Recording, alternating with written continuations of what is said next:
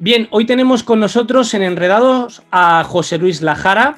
Él es ingeniero industrial en la especialidad de electrónica. Ha sido profesor y ejerce la docencia en el área de teoría de la señal en el Departamento de Electrónica y Comunicaciones en la Universidad de Zaragoza. Realiza asesoría y asistencia técnica para la Dirección General de Nuevas Tecnologías del Gobierno de Aragón.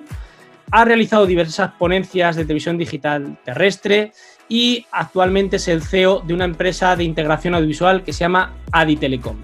Hoy tenemos a José Luis para hablar de muchas cosas relacionadas con las tecnologías, pero fundamentalmente para hablar de lo que es la tecnología en la radio, las transformaciones que ha sufrido la radio. Y en concreto, José Luis, si te parece bien, vamos a empezar. ¿Cuáles son los componentes de una emisora de radio a nivel de tecnología? ¿Qué partes tiene? ¿Qué equipos tienen alta frecuencia, en baja frecuencia? Cuéntanos un poquito. Mira, Javier, aquí hay una cuestión, y es que hay que diferenciar los dos términos de una emisora de radio, bueno, y de una emisora de televisión exactamente igual, ¿no? Pero en la radio en particular son lo que es la baja frecuencia, que serían los equipos de radio propiamente dichos en el control de estudio, en los autocontroles, en los locutorios, etcétera, es decir, las mesas de mezcla, los micrófonos, distribuidores, elementos de baja frecuencia. Y luego sería la parte de alta, que es lo que nos permite emitir la señal que proporcionan estos equipos de baja frecuencia, los equipos de los estudios, entonces a partir de esa señal que tenemos que llegar al centro emisor correspondiente a través de un enlace. Pues desde el centro emisor tenemos el filtro, tenemos el procesador, tenemos el codificador de RDS, el transmisor y los paneles radiantes o los dipolos desde los cuales se emiten y llega a casa de todo el mundo. José Luis, muchas veces los alumnos me hacen la siguiente pregunta. ¿Cómo es el proceso cuando una emisora nacional hace las desconexiones con los centros territoriales para que entre la información local? ¿Cómo se articula ese proceso? Bueno, hay dos vías. Una es la vía sencilla, es decir, tenemos una emisora central que emite en estrella a las emisoras locales, de tal manera que las emisoras locales conectan con esa señal y ellos mismos la transmiten. Y cuando ellos quieren emitir su propio contenido, simplemente cortan o seleccionan la señal suya propiamente dicho para que por las ondas salga su propia emisión. Esta es la forma habitual o fácil, sobre todo de las entidades privadas. Las públicas funcionan usualmente de otra manera. Lo que hacen es que tienen una emisión central que emiten hacia las delegaciones locales. La delegación local tiene unos contenidos que puede emitir sobre esos contenidos que vuelven otra vez al centro emisor central y desde la emisora central se reparten en aquellos centros emisores de la comunidad autónoma en cuestión. Es decir, es una ida y vuelta doble. ¿Esto por qué se hace así? Porque realmente los centros de las delegaciones territoriales no son los que emiten. Se emite todo de manera centralizada. Sin ir más lejos, en la televisión, en la radio televisión y en este caso de la radio autonómica de Aragón, se emite por dos vías. Una que es por satélite y otra es un backup que se toma la señal del audio de la TDT, uno de los canales de la emisora de la emisión de televisión por TDT. De tal manera que los que emiten siempre es la sede central, en este caso en Zaragoza. Si fuese el Canal Sur, pues sería desde Sevilla. Y no son las delegaciones las que emiten ni envían señales a ningún centro emisor para que desde el monte X se emita y ahora en radiofrecuencia a la sociedad. Desde tu experiencia en la radio autonómica de Aragón, ¿cuántos estudios de radio existen?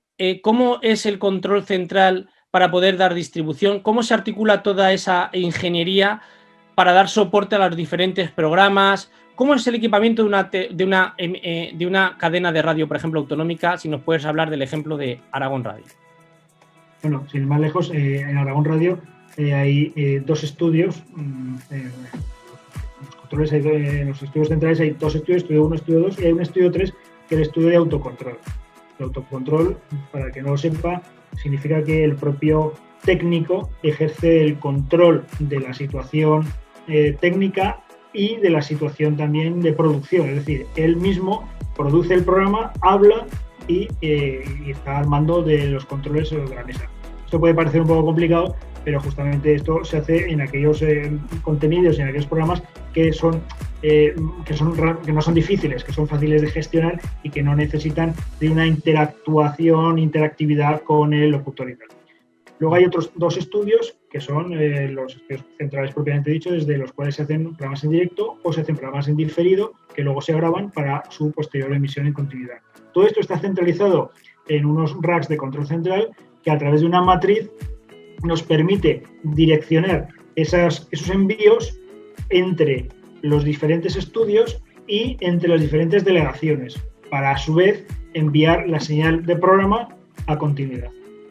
José Luis, ¿cuál podría ser el coste más bajo de la creación de una emisora de radio y incluso el coste más elevado de la creación de una emisora de radio? Es decir, desde tu experiencia en la creación y en los proyectos de diseño de una emisora de radio, ¿cuál sería el coste más económico para una emisora, por ejemplo, de radio local en un pueblecito, e incluso la más compleja que pudiera ser, por ejemplo, de una autonómica o de una nacional?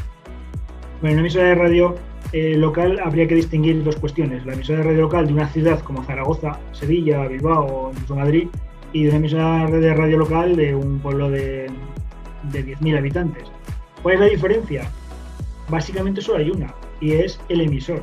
El emisor en un pueblo pequeño basta con que sea de 50 vatios o de 100 vatios, mientras que en una ciudad como Zaragoza, como mínimo, tienes que tener aconsejable 3.000 vatios.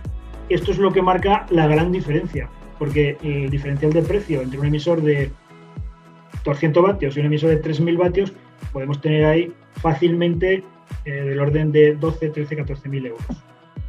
El resto, bueno, pues prácticamente si quieres puedes hacer lo mismo, y los contenidos al final siempre derivan a un mismo sistema de baja, ¿no?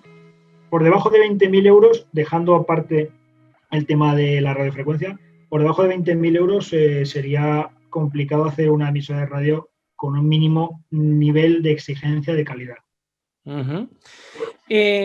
Y José Luis, para algún alumno estudiante que le guste el tema radiofónico y quiera experimentar, ¿cómo ves el tema de las radios por internet, por la transmisión vía IP? ¿Cómo ves este panorama desde el punto de vista técnico? Si es una vía por la que poder empezar, ¿qué requerimientos necesitaría si en un momento determinado un alumno quiere tirar por esta vía de radios por internet?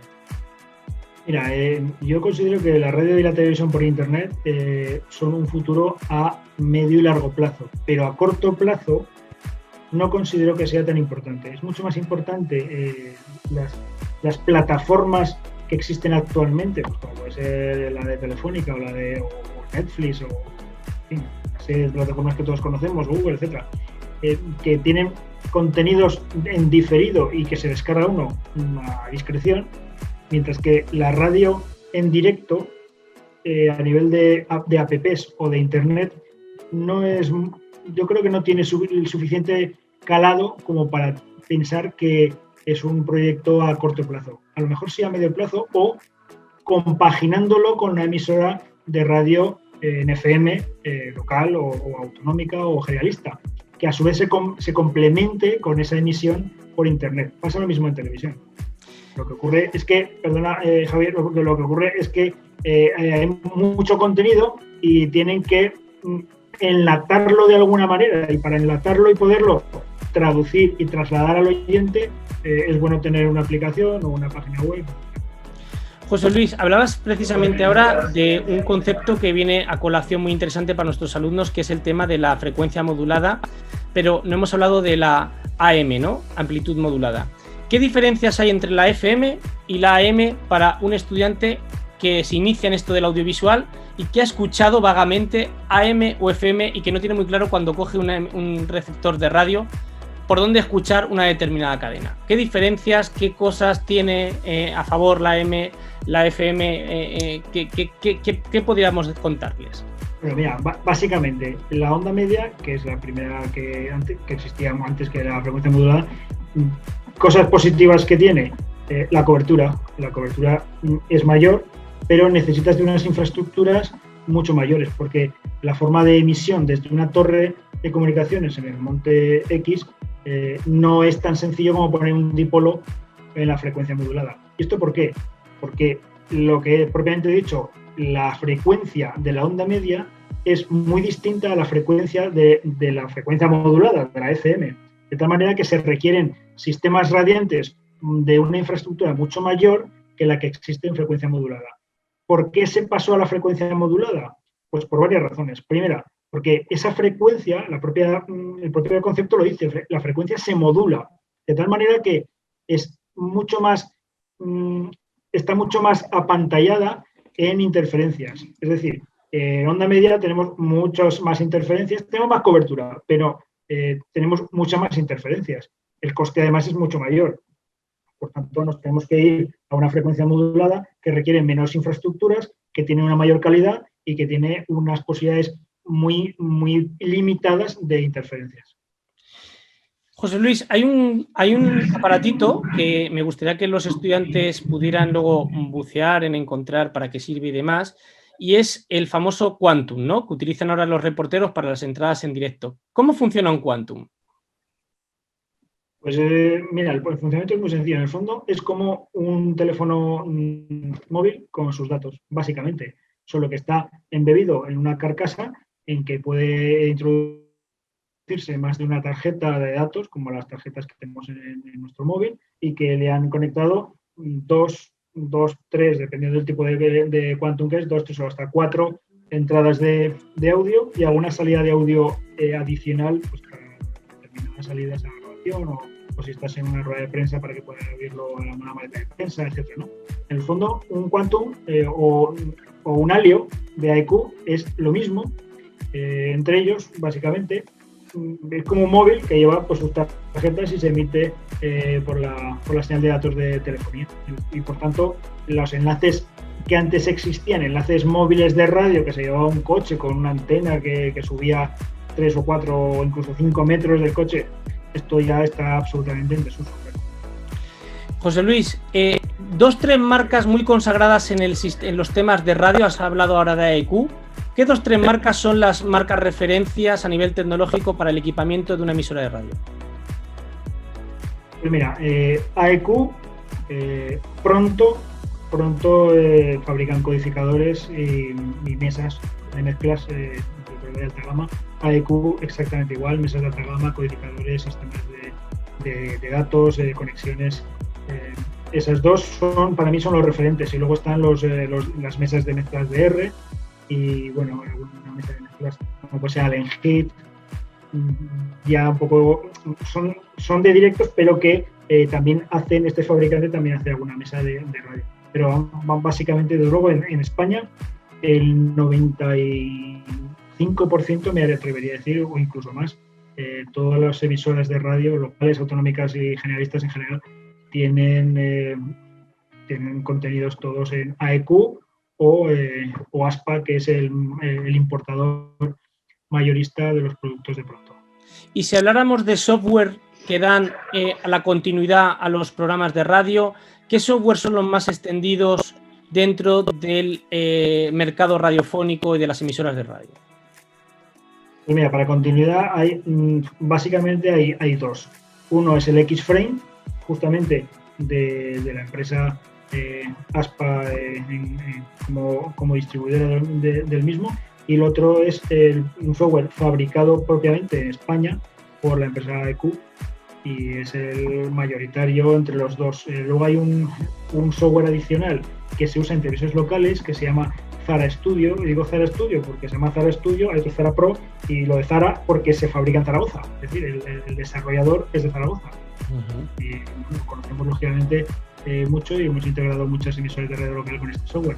Es un software más básico que los otros, pero que tiene las potencialidades básicas de todo software de edición, de continuidad de radio, y muchas emisoras locales tienen este software. No necesitan tener grandes gastos o inversiones de software mucho más potentes que no lo necesitan. José Luis, unas preguntas que hacemos a todos nuestros entrevistados es: ¿qué anécdota de tu experiencia profesional quisieras destacar que fuera, pues, no sé, inspiradora para nuestros estudiantes de todo tu periplo profesional, que es dilatado y con mucha experiencia en la instalación de estaciones de radio, de unidades móviles? Es decir, algo que quisieras destacar para nuestros estudiantes de primer y segundo curso. Pues mira, la mayor experiencia, mayor y mejor experiencia que he tenido a nivel profesional en radio, y incluso, fíjate, ya en general a nivel laboral, fue montar mi primera emisora de radio en África, en el África subsahariana, en particular en el Chad, una emisora para el Vaticano. Posteriormente, esto se montó en 2004, posteriormente he montado alguna más, varias, sin más lejos ahora estamos a punto de montar otra. Pero la primera fue especial, muy especial, porque íbamos a un país y a un continente en el que no habíamos estado nunca, yo no había estado, a un poblado del centro, absolutamente centro del África negra más profunda, en el que la pobreza era suma, era muy grande, no tienen de hecho agua corriente, ni tienen energía eléctrica, nada que conozcamos nosotros. Y fue como un viaje en el tiempo 1000, 2000 años hacia atrás. Y gracias a la radio, se ha podido empezar a vertebrar parte de ese territorio que estaba muy dejado de la mano de Dios y muy abandonado, y muchos de los poblados se aglutinaban en torno a la radio, se siguen aglutinando en torno a la radio. Posteriormente se han incorporado varias diócesis en varias ciudades del Chad, y algunas de ellas incluso se han llegado a enlazar con enlaces de microondas, ahora enlaces WiMAX. Cuando llegamos nosotros en 2004 no había absolutamente nada. Ahora hay una pequeña red de emisoras de radio y hay no es un negocio, es simplemente una forma de vivir nueva que ha sido acogida súper bien por los ciudadanos de allí, por la gente de allí. Y la verdad es que nosotros obtuvimos de ellos, solo decir cosas positivas, ¿no? Nos trataron, absolutamente bien, y tuvimos nuestros problemas técnicos, porque claro, allí no hay una tienda para comprar bridas, ¿no? Sin ir más lejos. Entonces, cuestiones como esas, o como que el aire acondicionado tardaron 3 meses en ponerlo en marcha. Pues, cosas de estas que tienes que te dan un bagaje, especialmente cuando tienes que llegar hasta el poblado y tienes que pasar un río que tiene 400 metros de ancho, con cocodrilos y hipopótamos rodeándote. Pues esto también es un poco, en fin, es una experiencia, ¿no? para pasar, y sí que animo a que la gente se dedique al medio como técnico o como periodista y pueda ofrecer todos sus conocimientos a aquellas personas que están en determinadas partes del mundo, que tienen sus problemas y viven la pobreza de una manera totalmente distinta a como nosotros pensamos que se podría vivir. José Luis, 2 o 3 páginas web que para ti sean una referencia a las que un alumno pudiera acudir por tu experiencia profesional, porque creas que en esas páginas pueden embeber parte de la tecnología, cosas que sean positivos para ellos para aprender a nivel de tecnología, o simplemente por el mero disfrute a nivel audiovisual o incluso radiofónico, que es el tema que hoy nos ha traído. Pues mira, hay 2, una americana y una europea. Una es Thomann, que seguramente es conocida por una gran parte de los profesionales, y la otra es BH Fotovideo VH. La sede central está en Nueva York y es un referente, ¿no? En España, lógicamente, hay empresas que tienen sus páginas web, pero estas páginas web son un referente no solo porque sean más o menos importantes, sino que tienen muchísimo producto y que no necesariamente tenemos que ir allí a comprarlo. Hay empresas en Aragón, en Zaragoza, en España, a las que se les puede comprar los mismos productos tan buenos o más que hay en estas páginas web. Pero en estas páginas web nos sirven de catálogo, nos sirven de escaparate para saber exactamente cuál es el abanico de posibilidades que tenemos a la hora de montar un estudio de radio, un estudio de televisión. ¿Cuál sería tu consejo para alumnos que están ahora en primero y segundo de comunicación audiovisual en este mundo del campo audiovisual? ¿Cuál sería tu consejo, tu recomendación para ellos desde tu bagaje, tu experiencia profesional? Pues mira, mi recomendación, realmente tengo dos recomendaciones, una técnica y otra menos técnica, un poco más filosófica.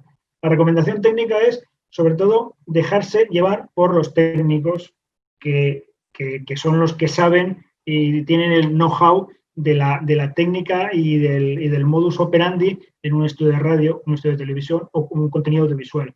La gente de comunicación audiovisual son más filosóficos, es decir, son más artistas, pero eso no está en contradicción con la técnica, deben de ir de la mano con los técnicos, esta es la clave. Si la gente de la comunicación audiovisual o de periodismo van de la mano con los técnicos y los técnicos de la mano con ellos, se puede lanzar y confeccionar un producto de muy alta calidad y sobre todo con conciencia de lo que se hace. Hay que ser conscientes de lo que hacemos y no dejarnos llevar por lo que nos digan otros, ni por los medios de información.